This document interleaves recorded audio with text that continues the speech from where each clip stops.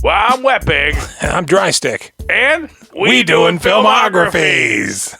Great wall of sound. Great world of sound. GWS. Did you see that one of the production companies for this film was GWS? I did not. You fucked up. Did you know that I have seen this movie before? I did not. Yeah, man. I saw it back when it came out. I was kind of hoping it was going to be a fake documentary. Well, it certainly seems like it. I was actually on the fence about that for a while till the characters came back and were doing things. There were it's not fake. There were multiple times, especially in the auditions, where one time in particular, what's that guy's name?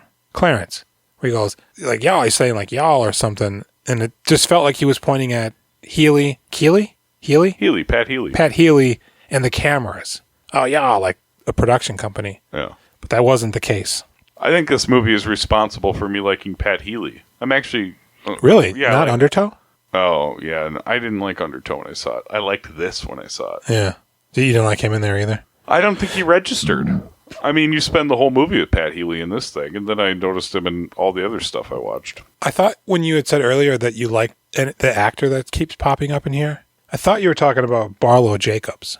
No, I think my text message is just confused. Because you said the guy with the hair. I didn't say I liked him. I said the guy with the stupid hair in this is also in the other movie. Okay. But then I was talking about... But then you were talking about Nick, the guy who played Nixon. Yeah. Right. Yeah, I was a little... I love him. Confused. He's great. He's the fucking best. We should talk about that movie. I like this movie. It's fine. I still like it. It's a little bit long and it's quite a bummer, but... Here's the thing. I think the main character in this movie and the main character in Lo and Behold are quite similar. Same with the main character from Ding-a-Ling Less, but he's a little bit more realistic, I guess, this character, Pat Healy's character. Yeah, Pat Healy's, I think, a very good actor. Stull in Lo and Behold. Yeah, he's like 50% not a good actor. I'm really getting tired of seeing those actors who are unaffected by everything. Yeah. You know? People are like that, but not all of the time. He's got facial paralysis? Yeah, he like, this guy used to be a house payment, and now he's still an asshole. And they all laugh, and he's just like, He reminds me of Taron Gilliam. Is that his name? It's Glass. Nice to meet you. Wait, what? Glice? What's Glice? No, Taron Killam. Killian? I like how I'm like, you idiot, you got one letter wrong. You're so stupid. Right, though? Looks exactly like him? A bit, yeah. We got to do the synopses. Oh, right? sure. Well, yeah, this was directed by Craig Zobel. Who, does not make anything else good? He also wrote it with George Smith. I don't know. I don't know these people. Oh, he directed all of Mare of Easttown. He did The Hunt, which got buried. Oh, now you love him. He did Compliance, which has Pat Healy. We need to find the money, but I'll need your help till I can get down there. We really have two choices here. He's saying he will have to take you to jail. Or what we could do is have you strip search her right now. I could strip search you here. No. And this. You know, when I first saw this, I really liked it a lot. I thought it was just fantastic. Oh, yeah. I don't know, it just did something for me. I don't know why. Sure. But boy, did it. I mean, it feels like the kind of thing that when you saw this, you were into, you know? What? Just like, it's one of those movies where something happens. There's a journey, but it's also just like, And you like the movies like that. You casting spells on me over there? At the time when you saw this. Talking nonsense to me? No. Spell casting? No. Okay. Because if I would have seen this when I was younger, yeah, I enjoyed it for the most part. Although, God, we could have used 60% less auditions. But for the most part, I really liked Clarence. I liked his dynamic with Pat Healy. I liked the Office guys. I mean, a lot of this I really liked. But I probably would have loved it if I had seen it, I don't know. In 2007? 12 years ago, yeah. You, me, hanging out in St. Cloud, watching Great World of Sound together? Yep. All right. When Martin, Pat Healy, moves to North Carolina with his girlfriend Pam, Rebecca Mater, he applies with Great World of Sound to be a producer of sorts, scouting talent to sign up to make them a star. Along with his partner Clarence, Kene Holliday, Martin slowly begins to discover that not all is as it seems with GWS and his bosses, played by Robert Longstreet, who was Leighton. Seems with GWS and his bosses, Leighton, Robert Longstreet, and Shank, John Baker, the latter of which has initials that just so happen to be GWS. That John Baker has like 7 credits. Like he just acted for like 2 years. Yeah. It's weird. He probably was I bet you what he was a guy putting up money. And they're like, hey, why don't you get in on this? And they're like, hey, this guy's not bad. Let's make him a shank. Well, I heard that he produced the single Body Heat. When I broke out on my own, I was fortunate enough to work with a young pop star, Stephanie, whose song Body Glow went to number 3 on the charts in '87. Body glow. Well, I heard that his dad works at Nintendo, and he already has the next Mario game. Really? Mm-hmm. Super Mario Bros. 4? Mm-hmm. Fuck! And his girlfriend goes to school in Ottawa. Oh. So you don't know her. But, yeah, I like this movie. That's it? There's a few moments during the film, because really it's a film, it's not a movie. Okay. Let's get that clear. Yeah. I'll stand back, sir. Where I thought something was developing, but it didn't. So I was like, okay. What do you think was developing? I thought his girlfriend was going to leave him for that lady that dropped off she had the ukulele or whatever she found in the garbage. Yeah. They're having a moment, and he comes up, and he's all like a dick. Lorna found some old seats from a stadium. Want some bleachers, Marty?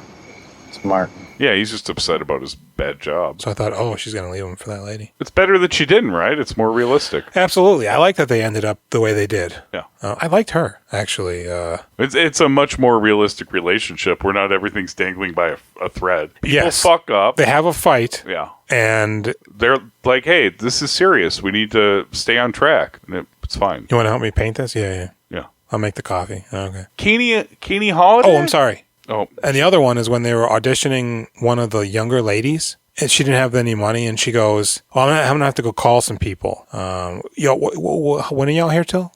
And how much did you? I thought she was going to call the police. Oh, that'd be good. Yeah, she didn't, that we know of. Kene Holliday has a weird career. He never, popped. I assumed that he would be in a ton more things after this, because I felt like he was a pretty standout role. Although in my brain, when I remembered this, I thought it was Ernie Hudson. You know what? That's very fair. And I thought I recognized him from the picture, the poster. And then when I'm watching him, I'm like, I don't know this guy at all. No, I don't know why I remembered Ernie Hudson. Maybe it's just body posture. They have that same shape, sort of big head. They're both indeterminately possibly Southern, right? Like Ernie Hudson, he's got like that drawl to him, but you're not sure where the hell he's from. And they have a similar voice, very throaty. You know, this guy was also a character on Matlock.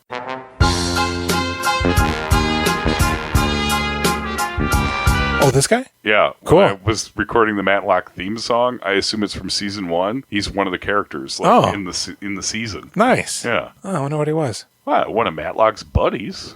But back then he would have been like 20, so. No. But yeah, he never popped after this. He doesn't.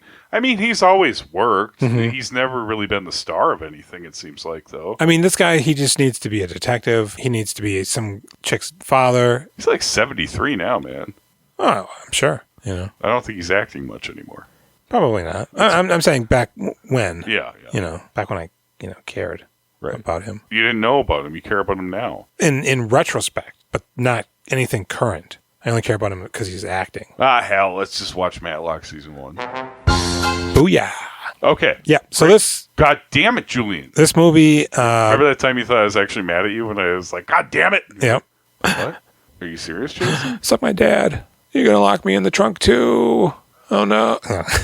With an angry dog? Uh-huh. And so it starts. Pat Healy's interviewing with Robert Longstreet. Yep, and he just keeps going, and he doesn't give a fuck about what Pat Healy has to say. No, and it's funny because at one point he asks him a question, and Pat Healy's just like, well, I don't know, I mean, this. And he goes, all right, I like that. I like that. You're not a nervous guy, right? Not afraid to answer questions, even from the guy behind the desk, right? He's cool as a cucumber through this whole movie. Pat Healy's a very fascinating character in this movie. Well, but so there's a funny line, though, because Robert Longstreet goes, I got a feeling about you. And that's how I made it this far, having feelings about people. That's why I'm sitting on this side of the desk. And we're all just like close up on both of them. But then it cuts to a wide 2-shot of them, and there is no desk. That's pretty good. Yeah. But Healy's very observational. Mm-hmm. He never seems really affected for the most part until he starts to feel like shame and embarrassment later on. The national anthem thing is a little weird, but otherwise, yeah, I felt like he was not unbelievable. He's just a quiet guy. Yeah. But he is well aware of the things that are happening around him. Yeah, he's not like a timid dork who people are really getting one over on. He's watching. He knows what's going on. He doesn't seem to have social anxiety like the rest of us. So we see in the opening they're actually spray painting records gold. Right. But they don't show you who that is. So No. I was like, oh, is this Pat Healy's hustle? He goes to flea markets and sells them? No. It's the Great World of Sound. Probably long ago, right. They never tell you, but eventually you're like, obviously. They don't, because these guys worked out of the Chicago area, and now they're opening up an office. I don't even remember where this was. I know Nashville's where the recording studio is. Right, and they go to a couple other southern towns. But I'm like, I don't know. But you get the impression pretty much right off the bat that this isn't, maybe not legitimate, but it's very small potatoes if it is legitimate. Right, and it seems like it is feasible it could be legitimate. Possibly. Taking advantage of dummies so they can record a CD that isn't going to sell. Mm-hmm. Whatever. Especially when you see the studio later and they explain a few things. But the impression that I was getting a feeling this whole time that this reminded me of a Vince Vaughn movie with George Wendt. Get your balls out of your wife's purse and write me a fucking check. Where they're like a phone bank, like boiler room outfit, where they're calling people and like grifting them.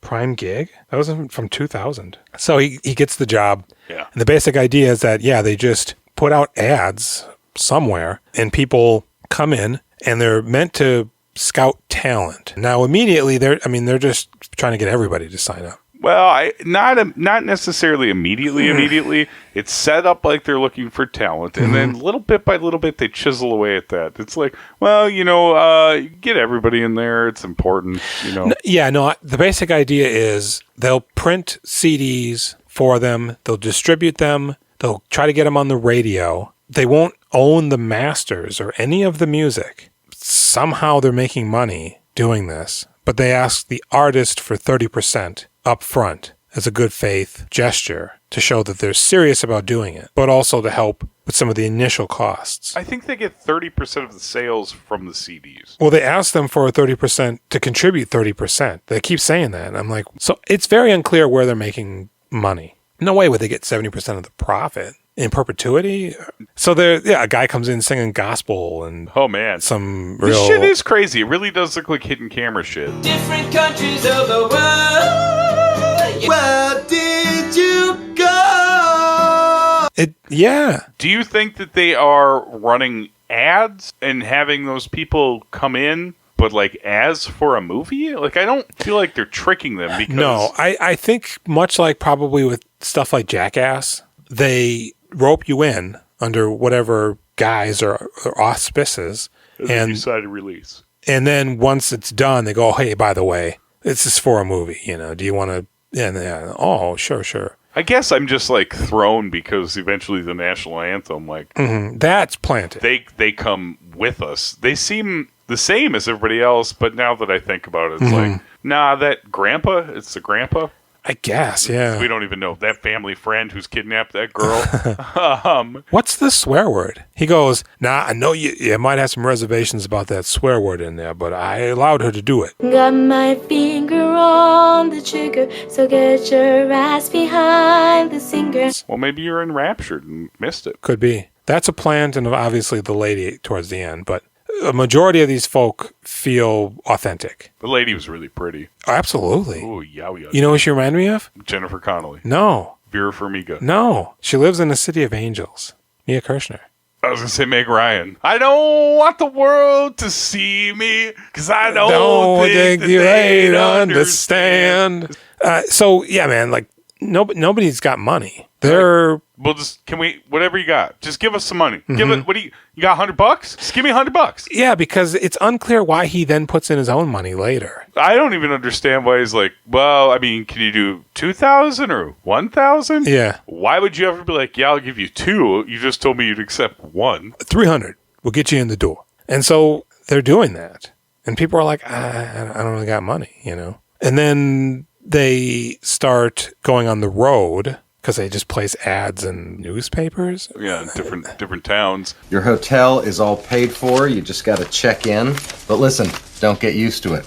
From now on, the hotels, they're going to come out of your paychecks, and you're going to do all your own scheduling, all right? You're going to have to pay for it. Mm-hmm. Where do we interview them in? A conference hall? If you want to personally pay for the conference room. Look, out of the rooms is how we've always done it, fellas, all right? Just, bring a little CD player, a little tape thing from your house. Why the fuck would they pay for their own hotel rooms to do their job? Apparently, they pay for a lot of things. It's pretty insane. Yeah, because... It's the biggest scam I've ever seen in my fucking life.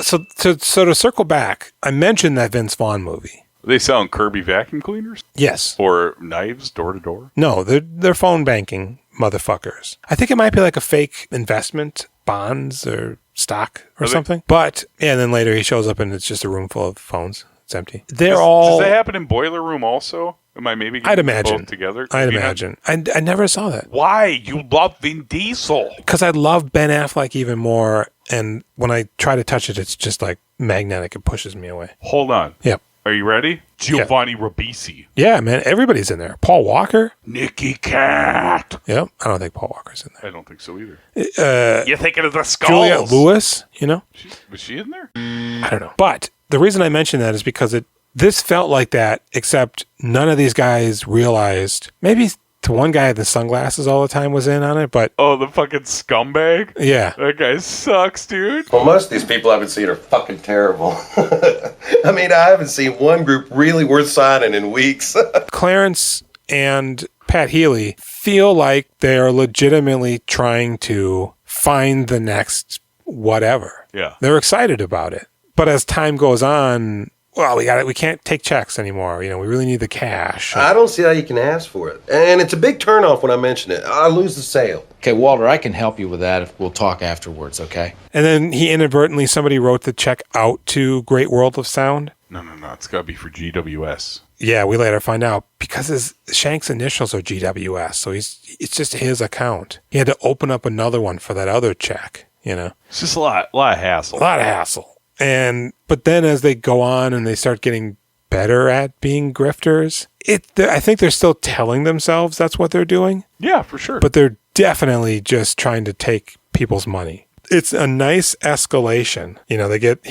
Clarence gets an old dumb phone, and Pat Healy's looking at it and he goes, I think this is a camera phone. They go, what?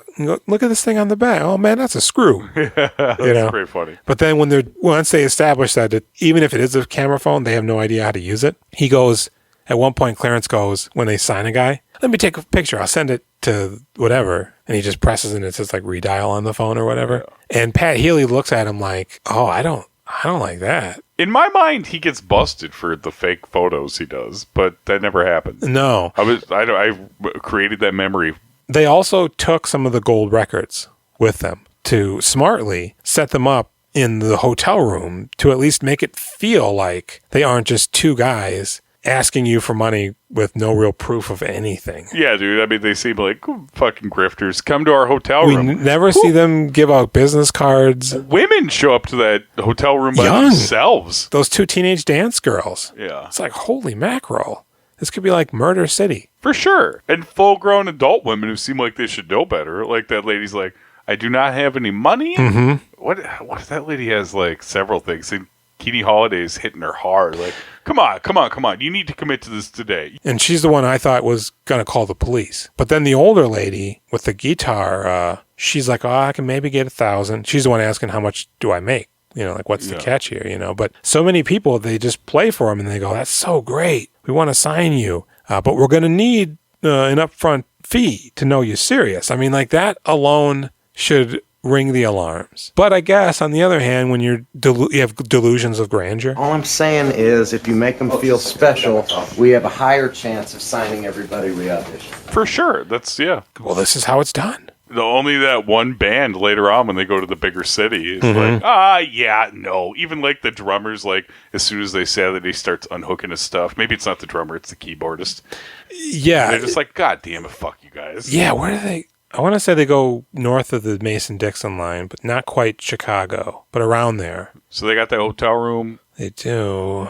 It's full of records. It is. They have all them people come. And you know what? They're the number one sellers. Hey. Yeah, eventually they start talking about university. There's only a handful of kids that are magna cum laude. Oh, yeah. Or who go on to, like, do anything meaningful. You think that handful, that few best and brightest, do you think their tuition's enough to pay for all those teachers and to pay for all those big buildings? Hell no, in these athletic facilities, you dumb fuckers, shitting all over me all day long, you know? No, it's filled with idiots who just pay to go to college and then, you know, eventually work at McDonald's or whatever with their BA and art funk or whatever the hell. Lots of people go to college, get like an okay degree. They don't have to become doctors. A lot of people go to college to learn, right? Like they're interested in a thing and they study it, but it's not something they want to do for a living. You know, a guy can be a art major or a literature major and then just be a contractor. Sure. But he liked Thoreau or whatever the fuck. But, so they're like, oh yeah, I guess that makes sense. Let's be more thorough with this movie. Ah! Yeah, we're already at 40 minutes. My brain exploded. One girl comes in, she sings a song about national anthems. They later keep calling it the new national anthem and the black national anthem. He thinks it's, I don't know. Of which there actually is one. Yeah, they say that. He's like, there already is a black national anthem. And the song is so stupid. Well, nobody in the wars who was living very long ask my teacher why folks died. She says some folks they died for songs. It is very stupid. And she's singing it heartfelt, you know, like Texas. I'm like Texas. I'm like Texas, only bigger. Bigger than Texas. And don't mess with me. Don't mess with me. Don't mess with me. Don't mess with me. Don't nobody mess with me. You think I'm kidding. I'm not kidding. Why does this speak to Pat Healy so much? That's what I don't understand. I thought at this moment he's gone over the deep end and now he's evil Pat Healy and he's just talking a game to hook them. He had did he have the pep talk already where he's like, you got to get in there. You always step back once you talk about money and you got to touch him on the back sometimes. Touch him. So I thought he was just slipping into Vince Vaughn mode and he's just hooking them. But he goes, you know what I'm going to do? I'm going to put up half of the money myself. And I think that's only because that grandpa, that old guy, doesn't have any money. Like he's very clear about what the fuck. But that's something you can say. And then just not do? Yeah. We know they're not getting the full of whatever they're supposed to get because the numbers are different. I think this is him, his last moment of trying to sell himself on this job being a positive thing. Okay. Like trying to find the goodness in this job. Because like all the money he's taken from everybody, he's reinvesting in them. Because this isn't a bad job, right? Right? I'm not the bad guy, right? Mm-hmm. Are we the baddies? Are we the baddies? And so he feels good about it, and they go back home, and Robert Longstreet's like, why does this check have your name on it? Just put my money where my mouth is. Is there a problem with us doing that? Personally, wouldn't make a habit of it, but anyway, Shank wanted to know if you boys are ready to go on another trip. It was $1,000. I wouldn't make a habit of it. I thought it was $450. Didn't he specifically say, I'll pay $450 out of my own pocket? I thought he said for 50% of it. I thought he may have put up $1,200. My ears? Yeah. Not so good. I know. My attention span? Yeah. Not so good. I figured as much. My brain? Yeah. It's fine. Not so good. But they're like, whatever. And so they keep going on the road. He's a little wishy-washy with his girlfriend. You see her once or twice. And him and Clarence are the majority of the movie. And there's just so many musical acts. Some might say too many. Some might say 60% too many. Okay. It got to the point where Callie was just like, I'm going to go outside in the yard because we were watching in the living room. Soak up moonlight? I was like, I'll just go watch it upstairs. I mean... Do you think his girlfriend has like a real job and then that other shit's her side hustle? She balling out of control? No, I think what she does is she makes those duck things and shit because they're just crappy shit that people buy. And that's what she does in lieu of her stronger artistic passions. Because he says, well, I'll set up the website and we can really get you going or whatever, you know? Oh, man, I was hoping that was like her side hustle. She goes, you think I want to paint fucking ducks all day or whatever? Even though they're chickens, right? I don't know what the fuck they were. I'll buy one. That's what I think. I could totally be wrong. But, I'll tweet Pat Healy and see what's up. See if please do. Some of those. And slowly, though, Pat Healy starts to just, be like, I don't know, man. And then they go to the music studio. They're driving around. They're like, oh, man. Sure you get the right address? It should be in this block. Man, we shouldn't send people here. This looks bad. Yeah, I'm sure the rent is cheap. And so they pull in, and the guy's like, oh, yeah, come on in. And it's a real studio. Yeah. I was surprised. And the national anthem girl is there. And her old man is just fuming. Goes right for Kene. Why does he go for Kene? Because they're both black? Because Get over here. Yeah, he didn't want to hear shit that Pat Healy had to say. Yeah. He even says, like, I'm going to talk to this guy because we're the same skin tone. Kent, how you doing? It's good to see you, sir. And I see you outside. So he goes out and he's ripping into him. And Pat Healy's watching them, and the girl is just, like, dejected, tired. Well, isn't it because there's something wrong with the fucking equipment? Is the equipment going bad, or are they just rewinding tape? Okay, you ready again, Kendra? In the wars, when the... Okay, let's go again. Okay. I think they were rewinding tape. I think they said it was like the 90th take. No, it's the 9th. Oh, they said the 90th. 9th, all the way run through. Oh, okay. Whatever it is, it's clear to Pat Healy that, I mean, they're laughing at her, basically, and he's like, I don't think we're doing a good thing here. Well, and as soon as Kene gets done talking to that guy, he's like, we got to get out of here now. Yes. We need to get the hell out of here right now. Why? Right now. And I don't know what that was about, but... What do you say? It don't matter. It wasn't good, man. I think we just got to shake that shit off. Because that guy's so mad. He's going to fuck him up. Sure, but I wasn't sure if he was like, I'm calling the police or I'm going to get my gun or whatever. Well, I don't understand what the problem is, because if their equipment's not bad, which is what I thought was maybe going it on. was. I don't know. It seemed like something was fucking up and they kept having her go back to take one. Like, because if it's just a regular recording studio, even if they're like making fun of her, you're still getting your money's worth. Yeah, right. They are actually doing seemingly what they said they would. I think their equipment's all fucked up. Maybe it was that they were fucking around with it, saying like, oh, yeah, that one didn't turn out to waste time. Yeah, it did seem like... Because then Robert Longstreet says... Oh, yeah. The way I heard it, she just kind of screwed up there. Wasted a lot of time in the studio. All the money kind of got sucked up into that. We couldn't press CDs, couldn't do mailings. I mean, it happens. Maybe you should see if we can work something out with him, get a little more money out of him. Yeah, hey, you're going back around there. And he's like, man. So he gives them like $100 each. Oh, man, the boss is like really impressed with you guys. Yeah, the bonuses. And you'll get your paychecks next Friday. Yeah, and he gave him plane tickets. One way. To go to Louisville. One-way tickets. Well, they get to the airport, and that's when the lady's like, all right, one way. And he's like, what? Pat Healy's like, well, this is not good. And Clarence is like... That's it. The new accounting stuff.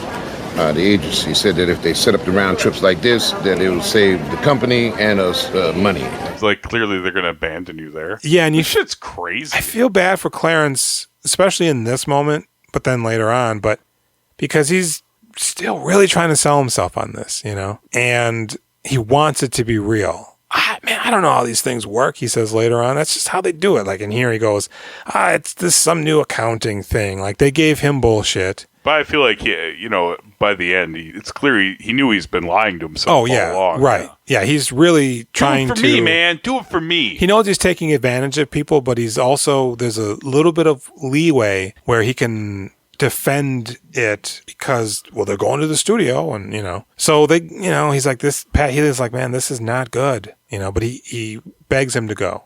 And so they go. And yeah, nobody's having anything of them. No, they get to that hotel and the band's been there waiting for a while. And he goes, yes. Sir, are you with some sort of music company? Yes. Yes, well, we can't help you here. No, we are having no part of you. Now, do you think it's because the band is there waiting and it seems like they're bad news, or he's already heard of them and is like, absolutely not? I felt at first it was because there were multiple bands waiting. But then... when he sort of said, like, we don't want to have anything to do with you wall of sound people or whatever. And then later when the Clarence mentions to them on the phone, like, man, this place is bad, whatever you guys did up here, what'd you guys do up here? Right. So then I'm like, they wouldn't even let us in the hotel. Exactly. And then they paid for their other hotel. And they're buying cabs. They had to pay for their own hotel. And nobody's having it up there. Dude's like, dude, we have a studio. Like, yeah. We thought you were, maybe, we were looking to branch out. Maybe we can. And they're just like, oh, okay, man, your orange suit, it's not hypnotizing us up here, fella. So they call the guy and he's like, we ain't have no sales, man. We got to get the fuck out of here. the hotel won't take us. And he goes, okay, man, he wants us to deposit the money, whatever money they've scraped together, I guess. And then we need to, because he needs to pay for 50% of the tickets because the travel agency has them, but they won't release them. And Pat Healy's like, how does that make sense? He goes, I don't know. You know how many planes that flew out before the one we got here? I don't know how this shit works. I want to believe this is right. And he goes, man, this is not good. So eventually they have nowhere to stay, no money. Nobody's answering the phone. And they're just sitting on a busted up couch in a parking lot somewhere in Louisville, Kentucky. Oh, I'm sorry. Before that, we saw the lady. She comes in. Ooh, she can sing. Yeah. And she's cute. She's beautiful. She's expressive. She's the kind of person who sings a song a cappella. Song sucks. It makes like eye movements and looks like she's remembering fond memories of stuff. It sounded like she's singing some sort of... Some gospel shit. Yeah, old Irish tune. Oh, don't you lift me up, ooh, like I'm that shine. There's some gospel shit, I think, because I think she says something about the Lord. Hell yeah. Just a real standard American classic. And Pat Healy's had enough. And he goes, Jesus, Clarence is like, well, how much can you get us, And she seems to kind of be on the hook. He's like, you've been a waitress? How's nobody discovered you? And I work at an old people bar. Yeah. And, I get the bad shit. Well, goddamn, like, you got the shit. We want to do this. And you got the shit. You got the juice. You got the juice now, man. And you could tell that she's got the juice. She's got the juice. It's loose. Oh. Going every which way, you know. Fuck. 6 ways to Sunday. And there's a head over there, another head over there. We're on a Bronco down the highway. You could tell that singing is her passion. Yeah, for sure. But she's stuck in Louisville, Kentucky, right? But here comes these guys. And they can talk a good talk, so she's kind of on board. Flim Flam Man? Flim Flam Bim Bam. Yep. And Pat Healy just gets up and he goes, you know what? No, Clarence. She can't afford it. Miss can't do business with you. She's looking at him like confused, Like she almost peeks behind the veneer and knows it's a scam, but she still wants to believe it isn't, And so she goes, oh, okay. And Clarence is just about to whoop some butt. She goes, why? I bartender over at McGillicuddy's, and if you guys are ever in the neighborhood, you want to stop by for a drink. Oh, okay. And she leaves. And hey, man, what kind of shit was that? I could have had that girl sold in less than 2 minutes. She's actually talented. Well, isn't that the fucking point, man? Now, damn it, I don't want to sell any of them anymore. I just want to go home and forget about this fucking job. And then they're on their ass, and he's really ripping into him, This is my fucking job, man. I got a family and shit. You ain't got nothing. Does he have 6 kids? I think so, and 3 on the way. Is that real? That's from something else. That's from Lo and Behold. Okay. and he's pissed, He's carrying around the gold records in his shopping bag, and they have no way of getting from Louisville to wherever the fuck they live. Oh, North Carolina. So he's like, you know what I'm going to do? I'm going to go to that fucking airplane terminal, and I'm going to sweet talk my ass on a plane. I'll tell that bitch she sounds like Dionne Warwick, and I'm getting on that fucking... And he looks him in the eye, and he goes, you know how I knew that you weren't my friend? That's how I knew. And he walks away. What does that mean? I think because Pat Healy didn't say anything to defend the idea that they're friends, that's the silence is how he knew that we weren't really friends. Because if we were, he'd be like, well, we are friends. Yeah, I feel like they are friends. Fast friends, man. Yeah. Fast 9 friends, And not 10? No, God, no. It's not out yet. Did it not just come out? It comes out next Friday. Didn't you see the calendar? Did you add that stuff to the calendar? No, but check this out. There's a company that's offering $1,000 to the individual that watches the 9 previous movies within a 2-week span leading up to the release of the new one and documented every car accident, the cars that were involved, and the extent of the damage. Are you doing it? Uh-uh. I hate those movies. Yeah, I like a couple of them, but I have no interest in the new one. The last one was Garbaggio. They're all fucking garbage. What are you talking about? So Pat Healy, he goes to a Mexican restaurant and he's just eating the free chips and salsa. He goes somewhere else and does something, and then he eventually ends up at the bar and he asks for Gloria. She work here? Oh yeah, and she comes out and she's just cute as a button. Yeah. And they have some beers and they're just chit-chatting, and I'm thinking, oh man, he's just going to live with this girl. Yeah, fuck that girl. He's going to run away and be with this girl. Yeah. on your throne of lies. And she's like, you know what? Because Clarence even goes, call up that girl. Tell her you had second thoughts and get some money so we can get the fuck out of here. And he goes, I can't do that, But she's like, I want to work with you guys. Let's go get some money. No, before that, they go back to her apartment and they're kissing. Yeah. But nice. I'm getting worked up. He stops. Yeah. And she's just like, what? She has that moment where you're intoxicated both on alcohol but also on lust. Yeah. And the wheels just grinded to a halt. And she doesn't know what's happening. But she pieces it together. She goes, I should have asked if you had a girlfriend. Because he has a girlfriend. Yeah. And he's not willing to cheat on her. No. This isn't... But he's already making out with her. That Billy Crudup movie. Runs away from his family.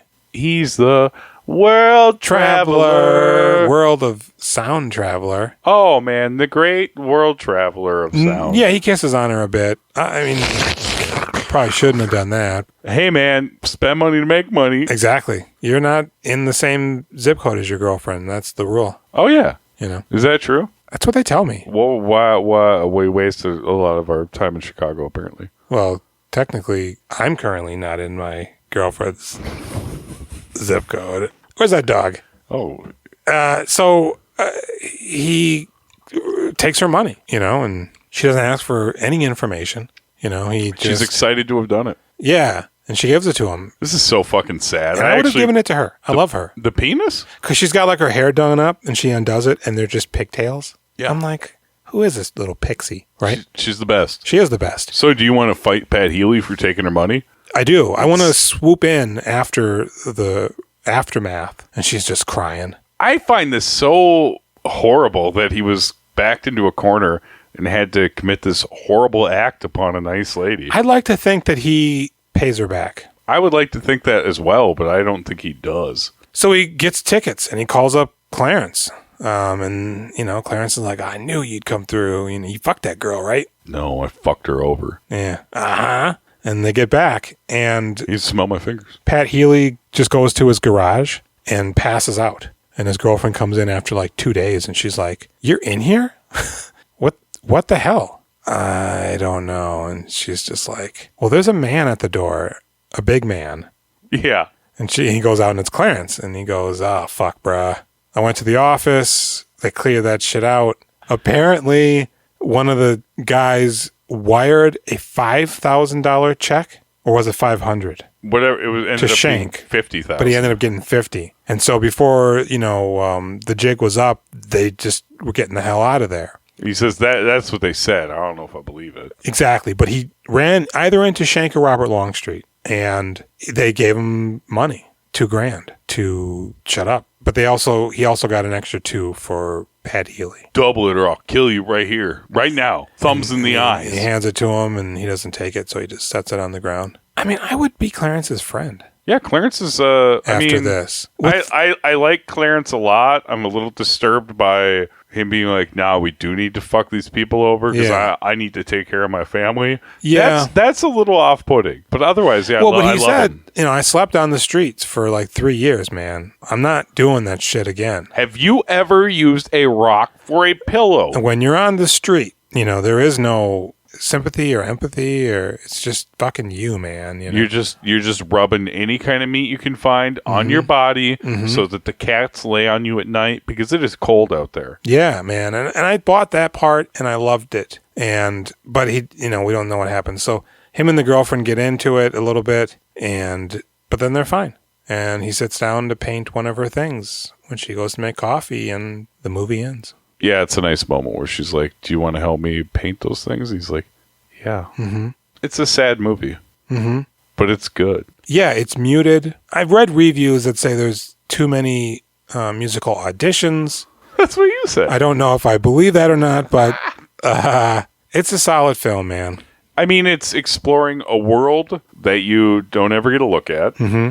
It is in settings that you normally don't get to spend a ton of time in. Mm-hmm. I mean, some shitty hotel rooms, too much time in the shitty hotel rooms. And it's chock full of great actors. And for except for bad hair, maybe. Whatever the budget was, I think they used it appropriately and to good effect. It feels like a movie. It feels like an IFC movie, but it feels like a movie. The sound isn't weird. The quality of the picture is good. Acting is solid. Nobody's unbelievable or there's no weird, like, in-your-face, absurdist, blunt anything. It's the national anthem thing's a little stupid, but...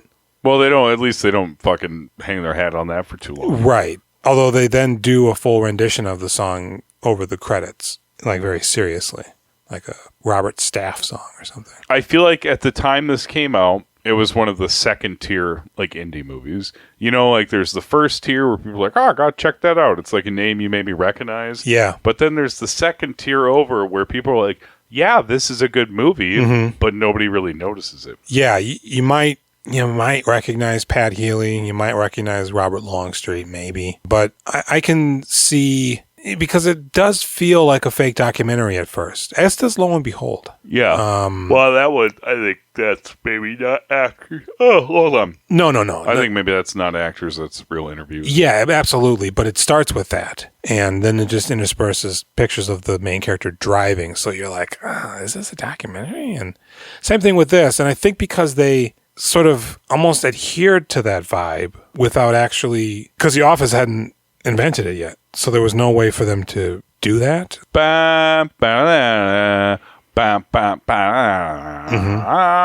Shroot Farms. Right? Yeah. So I think because it feels like that, maybe I'm like a little bit more invested because I feel like I'm in those rooms with this. Yeah. Which I think works really well. What do you give the movie? 7.5.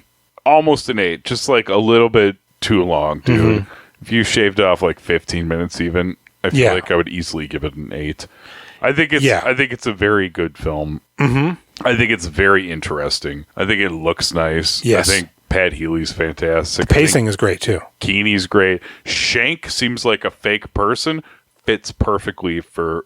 He's playing that guy, like he's nebulous. Character has a persona as he's trying to trick these people that work for him. Right. He at one point wants to be jovial, friendly, and inspirational, but at the same time not leave any identifiable memories of his presence. I go by Shank.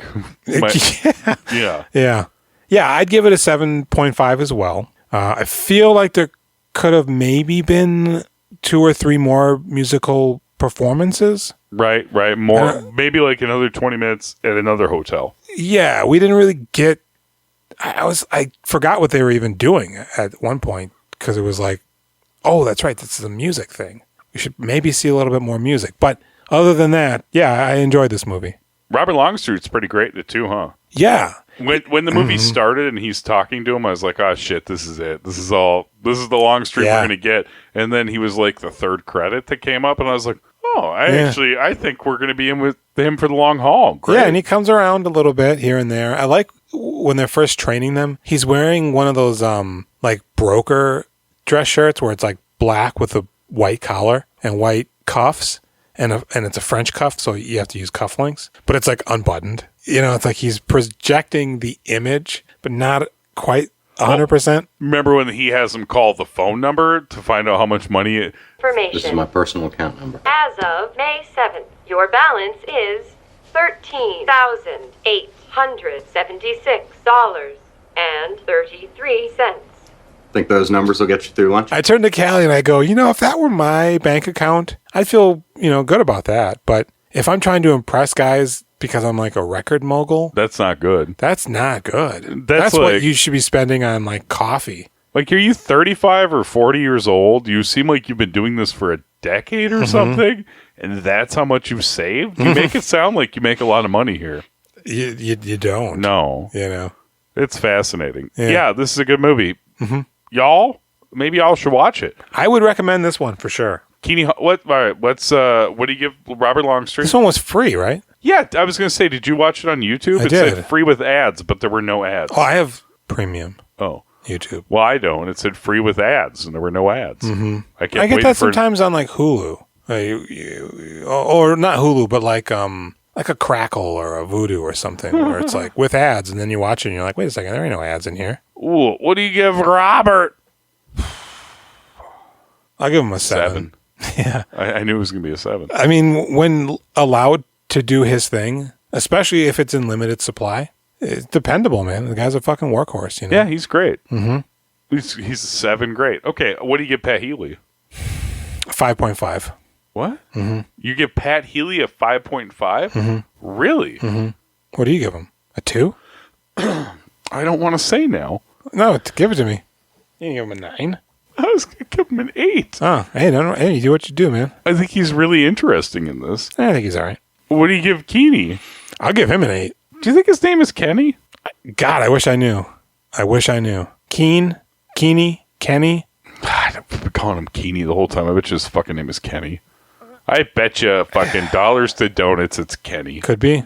Well, all right. So we do filmographies. We do. On Instagram and YouTube and Reddit, Facebook. You can Gmail us at We Doing Filmographies. We on Twitter do filmographies. This is crazy watching him try to use his phone while telling you guys these things. It's so muted and dead. We have a supply of heads in the basement. Okay, so you can email us. You know what? There's a fucking phone number. Yeah, I don't have the phone number. You got to do that. You can call. I know. I'm looking it up. 763-634-1897. 763-634-1897. We doing filmographies. We say 10 at a time per run. We often lie. You got 11 out of us this time. We got one more to go. The final, Robert Longstreet, is next week. It's called Lo and Behold. I'm going to tip my hat a little bit. I liked that one. So we'll see you next week with Lo and Behold. Make sure you head over to the Now Playing Network and check out all the other... McKelty Williamson. What'd they say? McKelty Williamson. It is McKelty? McKelty. I've heard someone call him Michael T, though. Because they were white. But why would anybody ever call him Michael T when it's one word? Because I think... God damn it. God, you go pee. Because I got to think on this. Because I think I have an answer for you. Go to the nowplayingnetwork.net and listen to the other great podcasts they have about music and movies. We are part of that network. Hey, Jim, we like your network. And we'll see you next week. I'm Jason. I'm Jules. We did filmographies. Because I feel like in his earlier career, he's titled as Michael T. Williamson.